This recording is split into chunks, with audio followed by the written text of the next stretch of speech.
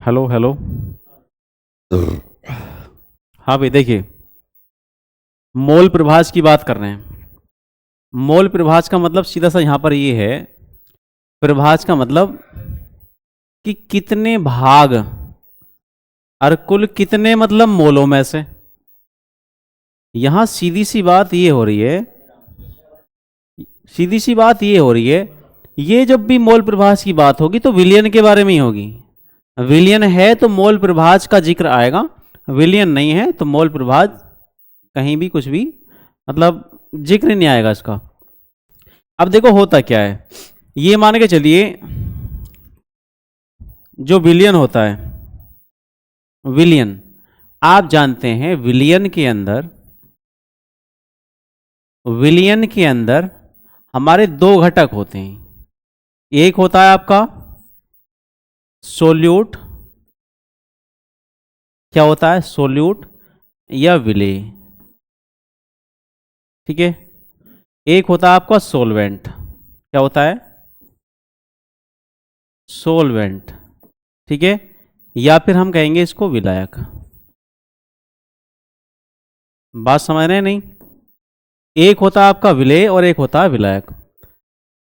जब विलियन के अंदर ये दोनों ही लोग शामिल हैं तो इन दोनों के कुछ ना कुछ तो अलग अलग मोल होंगे। जैसे हम विलेय के मोलों की संख्या निकालते हैं तो विलायक भी तो अपने आप में एक पदार्थ है, तो वो भी तो किसी ना किसी भार के रूप में कुछ ना कुछ वेट उसका उसमें मापा जा रहा होगा। तो हम विलायक के भी तो मोल कैलकुलेट कर सकते हैं। मेरा मतलब ये है कि विलियन के अंदर विलेय और विलायक दोनों के ही मोलों की संख्या का जिक्र आने वाला है, और इन दोनों के मोलों की संख्या को ही एक पदार्थ मतलब इन दोनों में से ही करना क्या है, जिसका भी मोल प्रभाज निकालना होगा हमें उसके मोलों की संख्या का विलियन के सभी मोलों की संख्या के साथ तुलना करेंगे। तुलना का मतलब सीधी सी बात यह है, या तो रेशो निकाल दो या हम कर देंगे कि पूरे में से कितना है उसका मोल जिसका निकालना चाह रहे हैं, उसको कहेंगे मोल प्रभाज, ठीक है। मान लीजिए यहां पर विलेय के मोलों की संख्या मान लो Na है, ठीक है। विलायक के मोलों की संख्या कितनी है भाई? विलायक के मोलों की संख्या मान लो Nb है।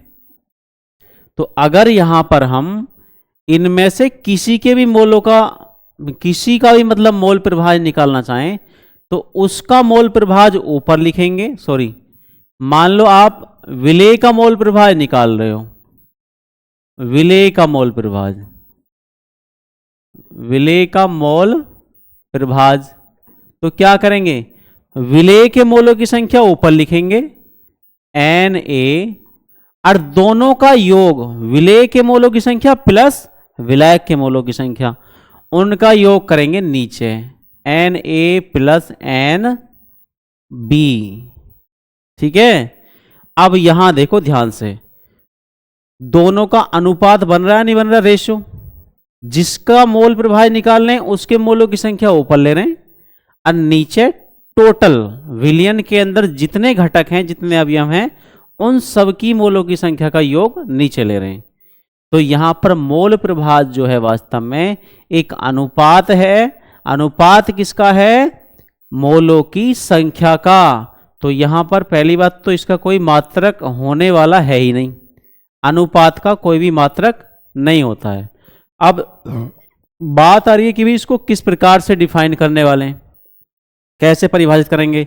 तो देखो यहां पर अनुपात है, तो अगर मैं ये कहूं विलियन के किसी भी भाग का मोल प्रभाज या विलियन के किसी भी अवयव का मोल प्रभाज क्या होगा, उसके मोलों की संख्या जिसका मोल प्रभाज निकाल लें और बटे विलियन में उपस्थित सभी घटकों के मोलों की संख्या का योग, ठीक है। हाँ, तो इसकी परिभाषा लिखेंगे, देखो क्या होगा, विलियन विलियन के किसी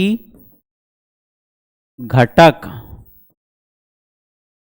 का मोल प्रभाज, विलियन के किसी घटक का मोल प्रभाज उसके मोलों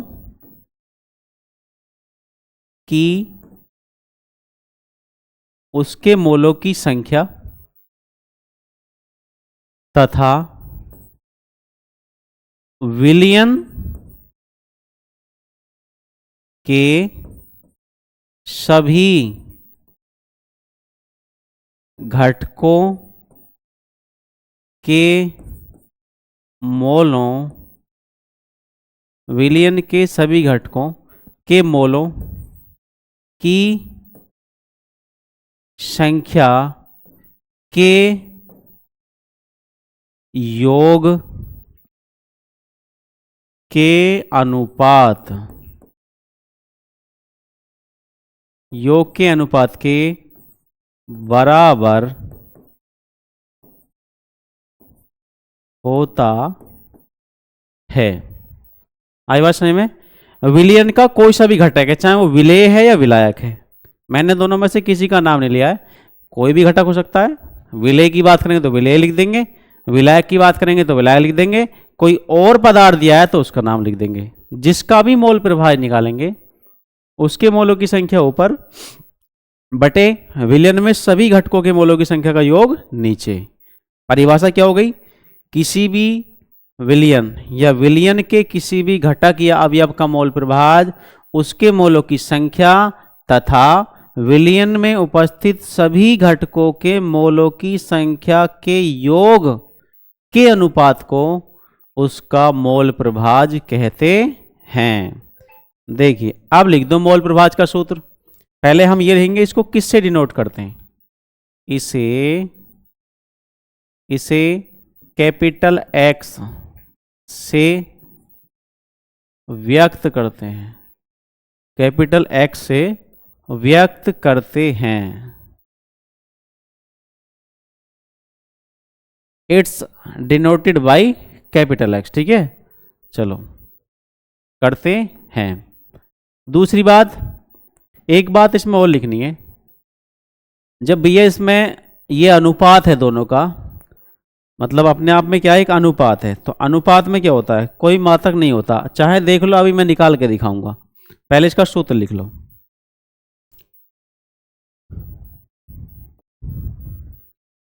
अतः हम दोनों का मोल प्रभाव निकाल देंगे, लिख देंगे किस सूत्र से, अतः विलेय का मोल प्रभाव। अगर विलेय का मोल प्रभाव निकाले तो विलेय का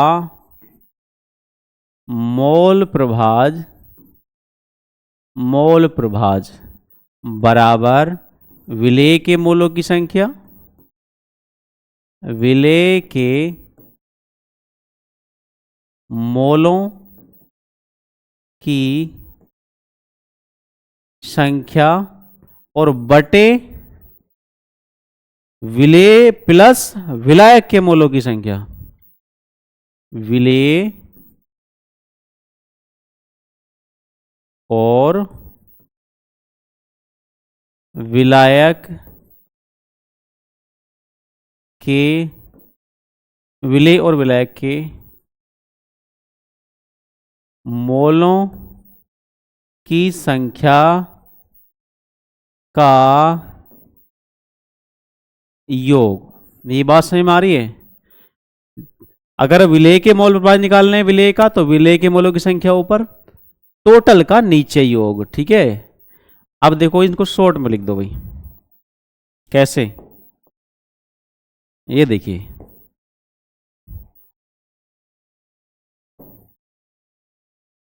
देखो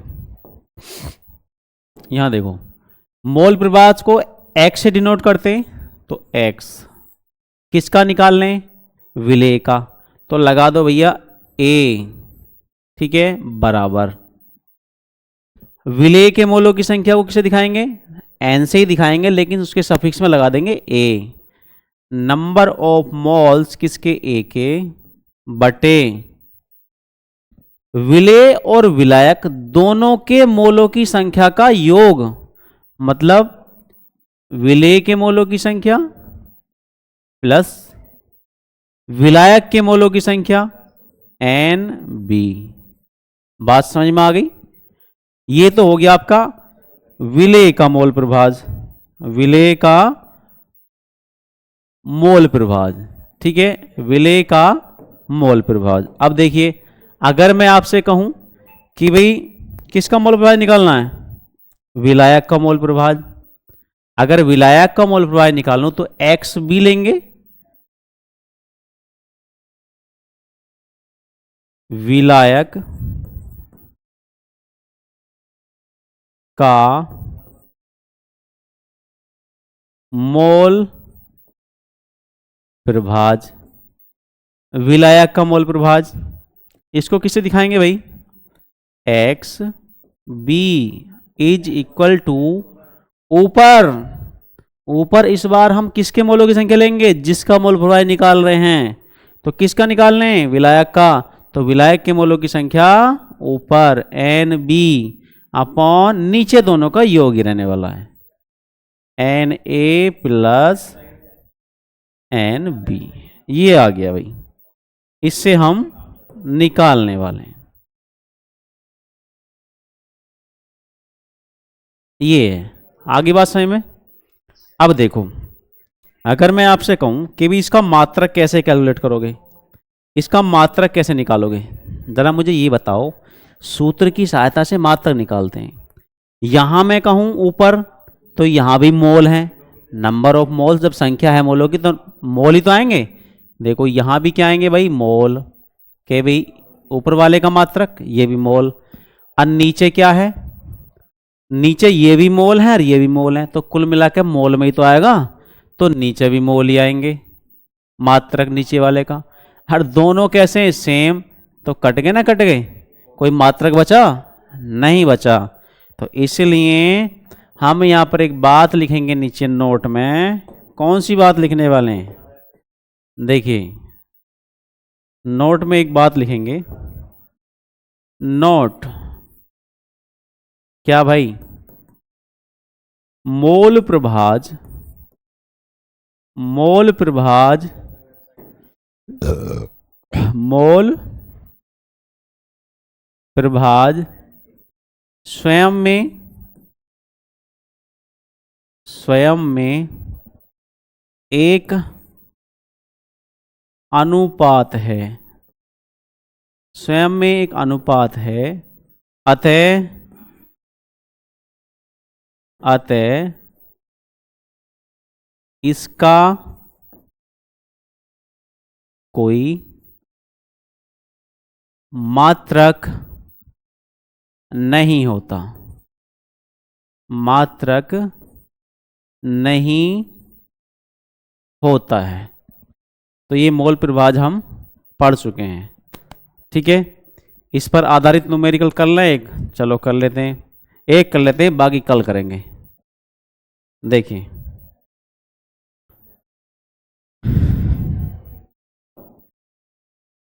मोल प्रभाज, आज अभी एक न्यूमेरिकल जरा,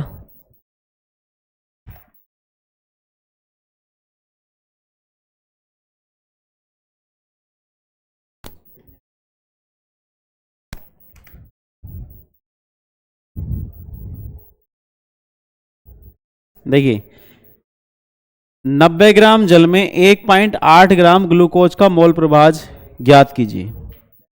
क्वेश्चन है 90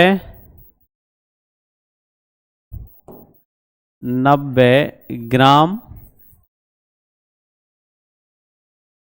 90 ग्राम जल में 1.8 ग्राम, 1.8 ग्राम ग्लूकोज, 1.8 ग्राम ग्लूकोज का मोल प्रभाज, मोल प्रभाज ज्ञात कीजिए, ज्ञात कीजिए। 90 ग्राम जल में 1.8 ग्राम ग्लूकोज का मोल प्रभाज ज्ञात कीजिए। तो देखो भाई, मोल प्रभाज निकालने के लिए दोनों, जिसका भी मोल प्रभाज निकालेंगे उसके मोलों की संख्या चाहिए, उसके मोलों की संख्या हमें चाहिए। अब देखो ये तो है ना जिसका मोल प्रभाव निकालने हैं उसी के मोलों की संख्या से काम चल जाएगा, नहीं, क्योंकि बटे में दोनों का योग आएगा, तो इसलिए दोनों के ही मोलों की संख्या निकालनी पड़ेगी। और जब दोनों के मोलों की संख्या निकालनी पड़ेगी तो दोनों का ही अणुभार पता होना चाहिए, ठीक है। तो दोनों के मोलों की संख्या निकालो, उसके लिए दोनों का अणुभार पता होना चाहिए। देखो यहां पर जरा, यहां पर पूछा है ग्लूकोज का, किसका पूछा है? ग्लूकोज का पूछा है। अब देखिए ग्लूकोज जो होता है, ग्लूकोज जो होता है इसका अणुसूत्र क्या होता है? ग्लूकोज ये होता है C6H12O6, ठीक है। तो हमें इसके अणुभार की पता होना चाहिए भी। तो ग्लूकोज का अणुभार मतलब M और G, मैंने सफिक्स में लगा दिया G, इसका मतलब क्या? Molecular weight of glucose. C carbon का होता है 12 और कितने इसके 6, तो 12 छंग 72 प्लस हाइड्रोजन का 1 होता है और कुल कितने परमाणु 12, तो इसके 12 हो जाएंगे प्लस। ऑक्सीजन का होता है 16 और 6 परमाणु हैं, तो 16 छंग 96, जोड़ लो 6 और 2 8 और 2 10 का 0 हासिल 1, 9 और 1 10 और 7 17 और 1 18, 180 आ गया। Mg कितना आ गया भाई? Mg आ गया 180 ग्लूकोज का अणुभार। जल का होता है 18, ये तुम्हें पता ही होगा, M और किसका? Water W। यहां पर विलायक की बात नहीं चल रही, वैसे है एक विलायक अपने आप में यहां पर भी, तो यहां वाटर की बात करें। इसका कितना होता है? 18, क्योंकि H2O में 2 H के हो गए प्लस ऑक्सीजन कितना होता है? 16 बराबर कितना? ये 18, तो MW बराबर 18। अब दोनों के मोलों की संख्या आसानी से कैलकुलेट कर सकते हैं। यहां पर मैंने साइड में अणुभार ज्ञात करके आपको बता दिया है। चलो अब निकालो भाई, सॉल्यूशन करो इसका।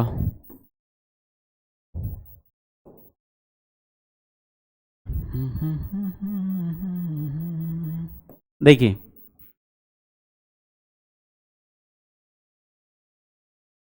जल के मोलों की संख्या निकाल लो। नंबर ऑफ मोल्स किसका? वाटर। लो ऐसे ही लिख देता हूं मैं, वाटर क्या होगा?